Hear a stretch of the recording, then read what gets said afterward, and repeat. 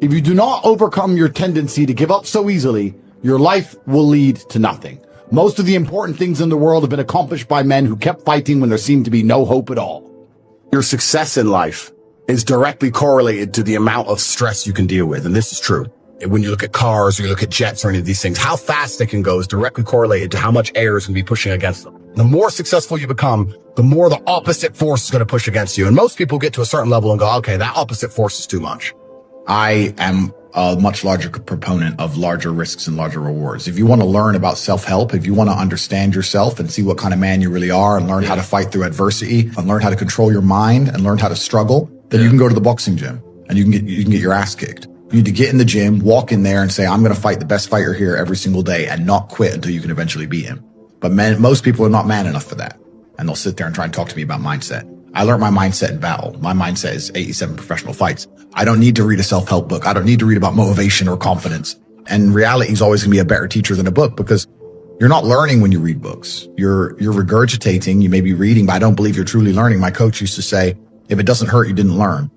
And it's the same with entire life. You see people make the same mistake over and over again until it eventually goes really wrong. Only then they'll change. So I learned how to become self-disciplined and become self-motivated and work hard. And I learned how to face adversity and find strength within myself I didn't know I had because people were trying to kill me inside of a cage. And you cannot replicate that by reading pages of a book. Discipline is the key to success. If you cannot force yourself to do something you don't want to do, how are you ever going to put yourself through the suffering required for greatness?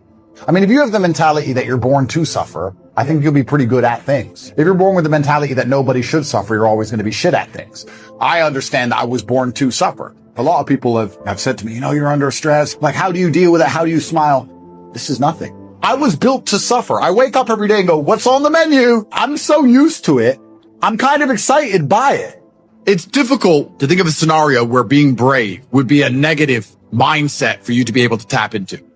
Because bravery affords new options you haven't previously considered. If you're a coward, you don't have certain options on the chessboard. But if you are brave, you can analyze these moves. So you have a whole bunch of moves that most people don't have. Most people do not have the bravery to consider alternate paths. So bravery is an extremely important skill to hone because you should often sit and think, what would be the bravest decision I could make in this scenario? And consider it. I'm not saying do it, but you should get in the mental model of considering it. Because quite often when you're a coward, brave decisions don't even cross your mind. So you need to train your mind to consider bravery because bravery is something that is going to universally apply throughout your life. A lot of people say, I have confidence issues. And I say, if I was you, I would have confidence issues. We have to be absolutely and utterly realistic because the world is brutal and it's harsh. If you're not proud of yourself, you probably don't deserve to be proud of yourself. So you're not going to feel happy. And you just talked about confidence. Confidence comes from competence. The reason I'm confident is because I'm good at everything. The things I'm not good at, I'm not confident in, of course. And I know what they are. I don't do them very often. I either hire or I just don't want to do it. I do what I'm good at. So yeah, I'm absolutely and utterly confident because I'm absolutely and utterly competent. And that takes practice and discipline and motivation. And you need to fail a few times. You need to get up. That's how it comes down to. And when people say, I have competence issues, usually I can look them up and down and say, yeah, if I was you, I would completely and utterly struggle with confidence issues. So of course you have confidence issues when you can be annihilated in real time by the competitor. If I'm unhappy with something and I'm uncomfortable with something, I fix it. That's endless motivation, which I don't truly believe in as a concept, but that's endless fuel for the fire. I would be able to take all of that discomfort and turn it into endless energy to get the problem fixed. These people seem to sit and say, I'm really unhappy with X, but then stay doing X. So I don't believe they're truly actually unhappy. What you'll notice if you live life long enough is that somebody will sit and say to you, I'm unhappy being a loser. I just sit at home and play video games 7 days a week. And maybe 3 days of the week, they're unhappy doing that. But 4 days of the week doesn't really bother them. Because if it bothered them 7 days a week, guess what? They would fix it. Yeah. So I have very little sympathy for people. And that's not because I'm not a nice person, but it's because I've been so hard on myself and I've been through so much pain and trauma myself. Some of it self-inflicted, some of it given to me by God to make me a better person. Why would I feel pity for somebody who took the easy route when I took the hardest possible route? I also think that once you understand all of the bad things and good things that come into your life are a perfect plan from God himself, you're going to be a lot less affected by the bad things.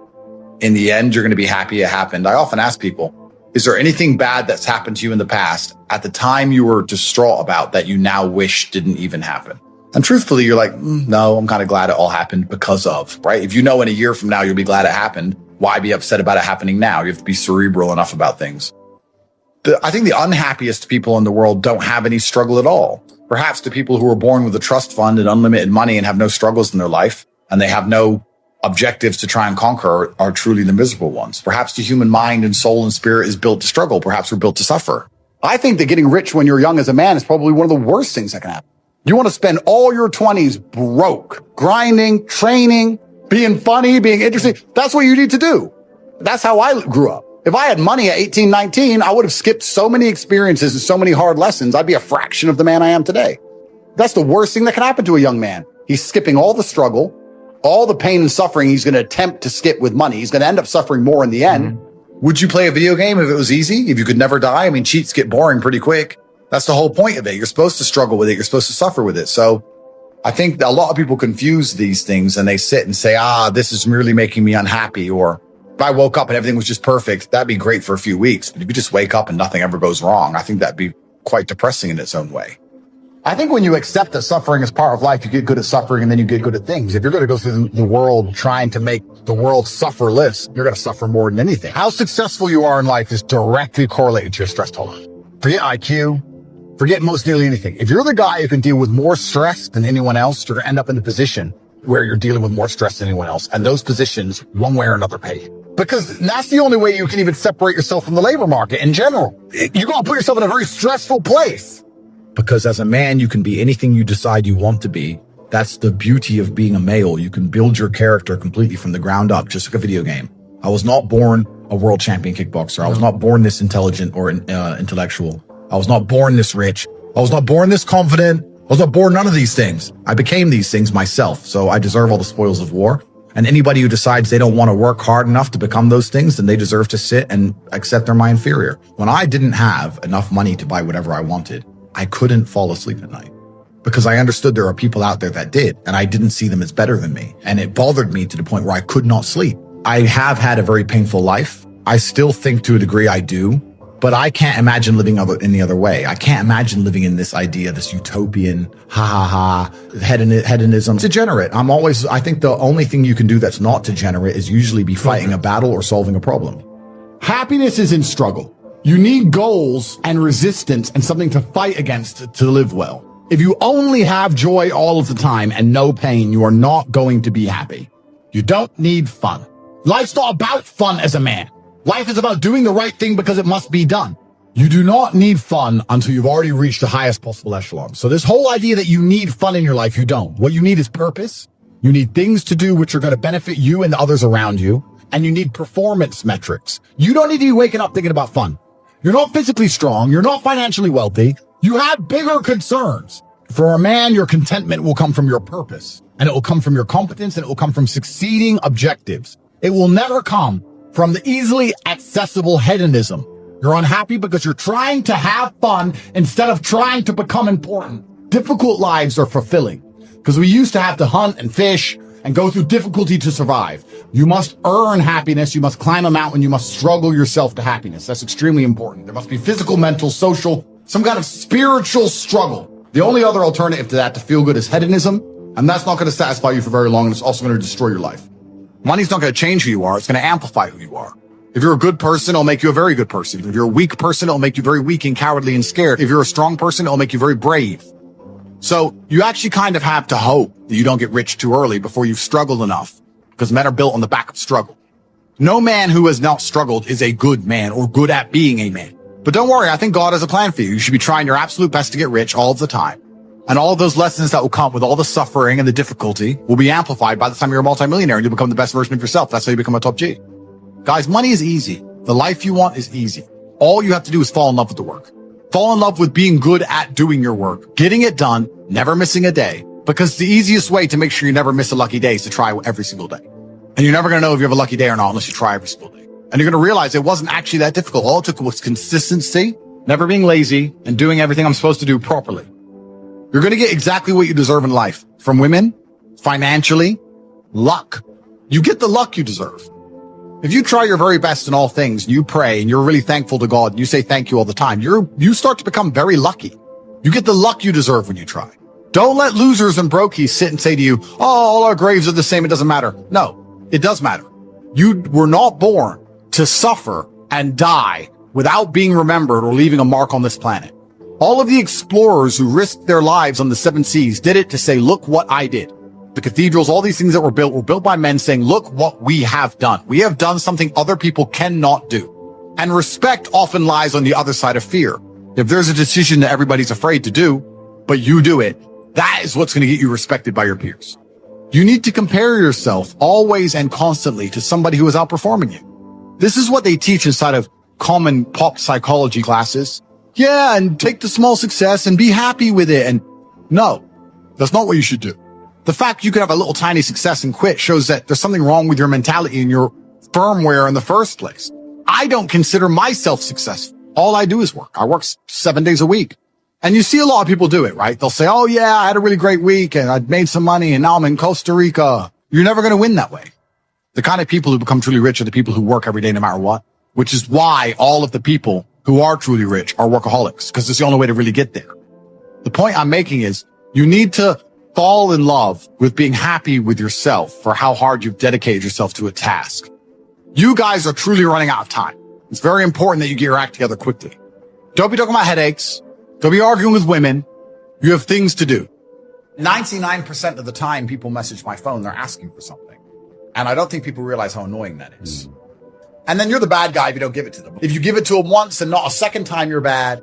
And it's not even just money. We can talk about anything. We talk about time. You know, it's amazing. Maybe about 45 people a day. Imagine this, 45 people every single day message. Have you got a quick 10 minutes? If I had a quick 10 minutes for 45 people a day, I wouldn't have, my day's over. I don't have a quick 10 minutes. No, I cannot take a quick 5-minute phone call. No, we cannot have a quick meeting. And when you say no to it's only 5 minutes, they're so offended. I don't think people even realize that they're asking for things. They'll call me twice. I won't answer.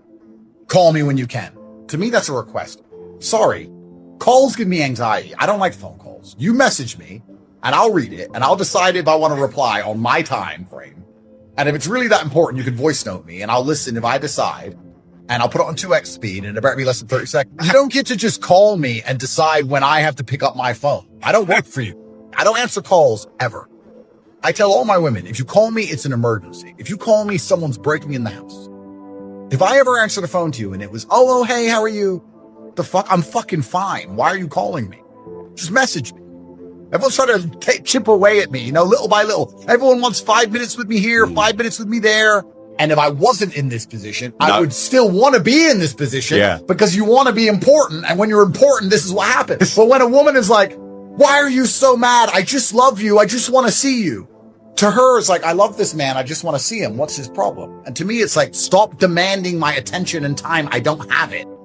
And then she's like, oh, but you don't have attention and time for me, but you have attention and time for, and then the list. It's like, yeah, correct. Because I have attention and time for all those things, because that made me into the man who you want attention and time from. And everyone says to me, you need to calm down, you need to chill out, you have enough money or whatever, or you need to take care of yourself, you need to relax. But the people who can do those things don't ever. If you don't believe you're the man, you're already finished. Someone out there woke up today ready to take everything you ever wanted. And while you hesitate, he executes. This world doesn't wait for maybe. It bows to certainty. You want the truth? You don't believe in yourself because you've never actually been tested. You've never been forced to stand alone with your back against the wall and your future hanging in the balance. You've been sheltered. You've been pacified. You've been told to be soft, humble, gentle. And look where that got you. Look at your life. Be honest. You walk through this world hoping it doesn't hurt you, begging for comfort, chasing approval. You rest the way others expect. You speak like you're scared to offend. You shrink yourself because someone told you confidence was arrogance, and now you're surprised when life doesn't reward you. The world isn't punishing you. It's just showing you who you really are. Every man who's ever done anything extraordinary had one thing in common. They believed in themselves before the world did. Not when the money came, not when the recognition came. Before it all, when there was no applause, when there were no guarantees, when everyone doubted them, they stood tall, alone, convinced of one thing: I am the man, I will find a way or make one. That's the level of belief it takes to build an empire. And don't get it twisted. Self-belief isn't delusion. It's not pretending you're great. It's deciding that you will become great no matter what stands in the way. The moment you start acting like a man who's destined to win, everything around you begins to shift. People feel it. Rooms change when you walk in. Opportunities start appearing. But none of that happens until you make that internal shift. You think confidence comes from achievement? Wrong. Achievement comes from confidence. You build the life you want when you stop seeking validation and start moving like your name belongs in rooms you never even entered.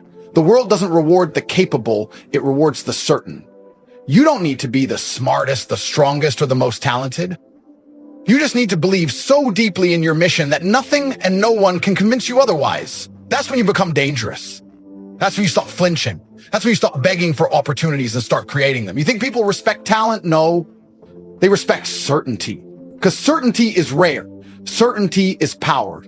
And the only way to develop it is to stop doubting and start deciding. People ask me all the time, Tate, how do I build confidence? And I tell them the truth they don't want to hear. You build confidence by doing hard shit. You build it by waking up when you don't want to. You build it by showing up when you're tired, broken, alone, and still giving your all. Confidence isn't something you're born with. It's forged in the fire of consistent action. Every time you keep a promise to yourself, you stack a brick of belief. Every time you push when it's easier to quit, you send a message to your mind that you're a man who follows through. And over time, those bricks become a fortress. That's how you become unshakable. That's how you silence the doubt. You earn it. But here's the part no one tells you. You're allowed to believe in yourself, even when you're not there yet. You're allowed to walk like a king before the crown ever touches your head, because belief precedes reality. Every empire starts in the mind of a man who refuses to think small. First thing you have to believe is you're the fucking man. You can achieve anything. And if you're not willing to say that to yourself, if you're too scared to believe it, then who the hell will? Your confidence has to come from the vision you see in your head, not the situation you're stuck in right now. You build from the future backwards. You decide who you're going to be, and then you live every damn day like that man already exists. You're not weak because you've failed. You're weak because you stopped believing. You let one setback, one betrayal, one bad week convince you that maybe you're not good enough. And that doubt infected everything, your work, your discipline, your presence. It made you passive. It made you soft. It made you forget who you are. And the worst part, you accepted it. You sat in silence and made peace with being average. Let me be clear. You can't be confident and passive at the same time. One has to die. Either you kill the doubt or the doubt kills the man you were meant to become. There is no middle ground. And I know what you're thinking. But what if I fail? What if I try and I still lose? Good. Let the fear sharpen you. Let the pressure mold you. The point isn't to be fearless. It's to be brave in spite of it. Confidence isn't the absence of fear. It's a refusal to be ruled by it. You get knocked down, fine. You get back up with your chest out and your eyes forward because you believe not in luck, not in other people, in yourself. That's the real win. That's the mindset that makes kings out of nobodies.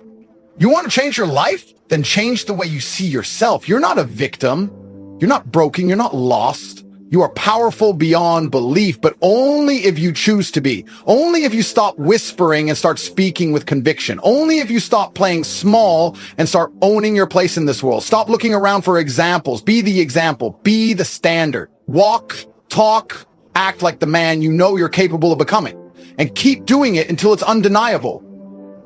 Because at the end of the day, confidence is not optional. It's your duty. It's the weapon you need to fight every battle this world throws at you. And if you don't build it, someone else will come along more certain, more committed, and take what was meant to be yours. It's not about arrogance. It's not about ego. It's about survival. It's about becoming so sure of who you are that nothing, not hate, not failure, not fear can shake your foundation. Right? Because I remember being broke, not just broke financially, broke mentally. I wasn't walking around with my chest out. I wasn't commanding attention. I was invisible, not because the world couldn't see me, but because I couldn't see myself. I didn't believe I mattered. And let me tell you something. That's the most dangerous place a man can be. Not rock bottom, not failure, but when he starts believing he was never meant to win in the first place. It wasn't a single moment that changed me. It wasn't a Hollywood scene with fireworks or a sudden flood of motivation. It was a decision. Quiet, violent, permanent. I looked at my reflection one day and I realized this version of me dies today because the man I wanted to become, he wasn't coming to save me. He wasn't some distant version waiting at the end of success. He was inside me, buried under excuses, laziness, and fear, and I had to dig him out with my bare hands. That's where confidence is born. Not in comfort, not in hype, but in the trenches, in the mornings you don't want to wake up, in the workouts where your lungs burn, in the hours of silence where no one sees the work but you do it anyway. People love to say, believe in yourself. Sounds nice, doesn't it? But belief isn't some fluffy mantra. It's war. It's you versus every insecurity that's ever tried to silence you. It's standing firm when the results don't show up. It's telling the world, I don't care if you see it yet. I know who I am, because at one point I was the only person on the planet who believed I'd become something. No claps, no praise, no proof, just a fire in my gut that said, I am not staying here. That's what people don't understand. Confidence isn't loud, it's silent conviction. It's the unshakable decision that mediocrity is no longer an option. I remember when I first started making money, not much, just enough to breathe differently, just enough to walk with purpose. And do you know what I realized? The confidence came before the cash. The internal shift came before the external reward. I had already started acting like a millionaire when my bank balance was still starving. Because I wasn't acting, I was aligning. The world doesn't reward the capable. It rewards the certain. I was certain, not because I had all the answers, but because I was finally asking the right questions. Who do I want to be? What am I willing to sacrifice? How hard am I willing to go to make it real? Most of you are stuck because you're waiting for permission. You're waiting for some magical moment where the stars align and your doubts disappear. That moment will never come. No one is going to walk into your life and crown you king. No one is going to hand you confidence on a silver platter. You either build it or you suffer. You either declare your value or the world assumes you have none. And the thing is, once you taste even a small drop of belief, real belief, it's addictive. Because suddenly you realize you've been living on autopilot. You've been watching your own life like it's a movie you're not even starring in. And for the first time, you grab the wheel and say, I drive from now on. People talk about success like it's this distant mountain you climb once and you're done, but it's not. It's the decision you make every day. You wake up and choose to be a winner, even if you don't feel like one yet. You walk into every room like your name belongs in it. You shake every hand like you're going to be remembered. That's not arrogance, that's certainty forged in pain, repetition, and resilience. Confident isn't look at me, it's I know who I am, whether you see it or not. And let's get one thing straight. Your past doesn't disqualify you. I don't care what you've been through. I don't care if you failed, been humiliated, lied to, cheated on, counted out. That's your power. That's your edge. The scars on your soul are not weakness. They're the proof that you've survived hell. So now when life throws more chaos your way, you smile and say, I've been here before. I didn't fold then, and I'm not folding now. That's self-belief, not the kind you post about, the kind you bleed for. So if you're sitting there right now wondering if you've got what it takes, let me make it simple. You do. But it won't matter until you decide. You have to stop waiting for confidence and start walking like it's already yours. You have to speak with purpose even when your voice shakes. You have to believe you're the man even when the world still sees a boy. And eventually, the world catches up. But that's the first thing you have to believe is you're the fucking man. You can achieve anything. That belief? It's not arrogance, it's survival. It's power. It's the root of every transformation you'll ever experience. And if you don't own that, if you keep playing small, hiding in your insecurities, pretending you're not ready, someone else will take the life that was meant for you. Confidence is the key that unlocks every door, not because it makes you perfect, but because it makes you unstoppable. Look around you. Every second that passes is gone forever. People waste years doubting themselves, waiting for signs, waiting for motivation, while their future gets robbed by their own hesitation. That clock on the wall isn't ticking politely, it's mocking you. Every minute you waste not believing in yourself is a minute someone else is using to become stronger, richer, sharper.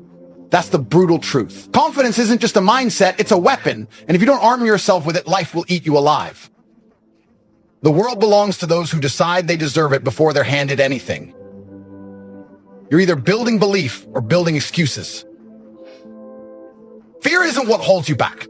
The real fear should be this, that one day you'll look in the mirror and realize you lived your entire life as a watered-down version of yourself.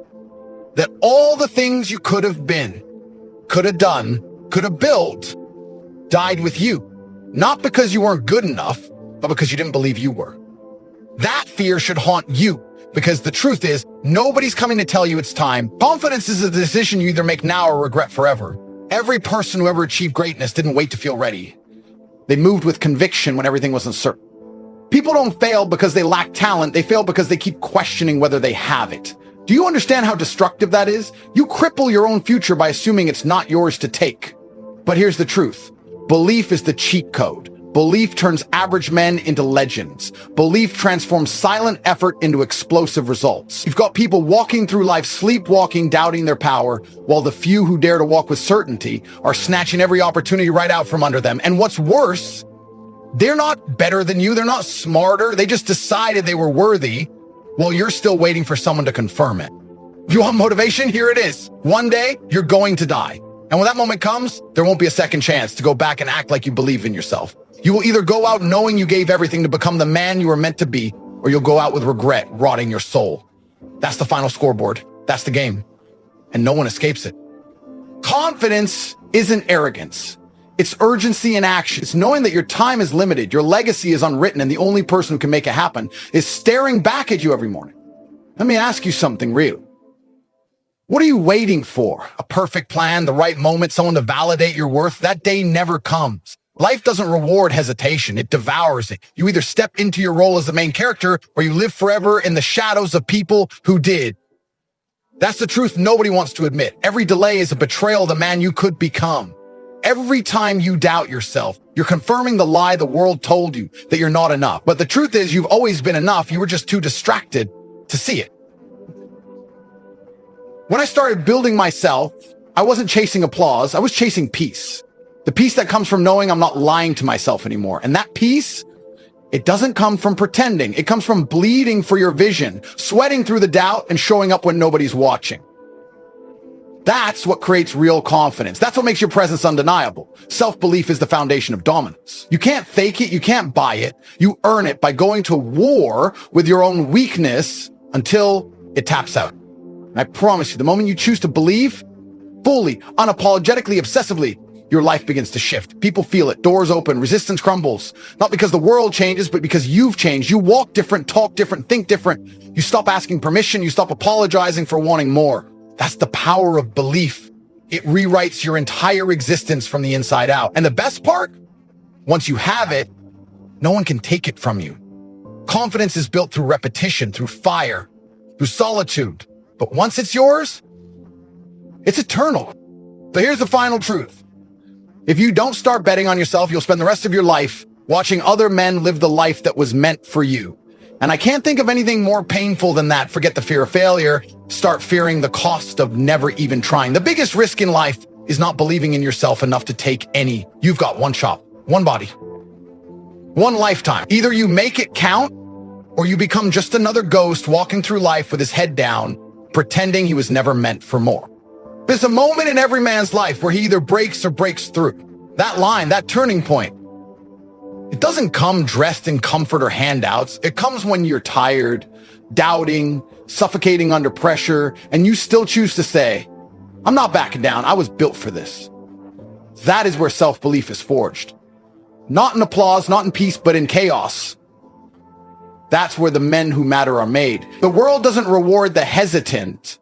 It rewards the man who moves like he knows he belongs, even before he has a single thing to show for it. And if you're not moving like that, you're already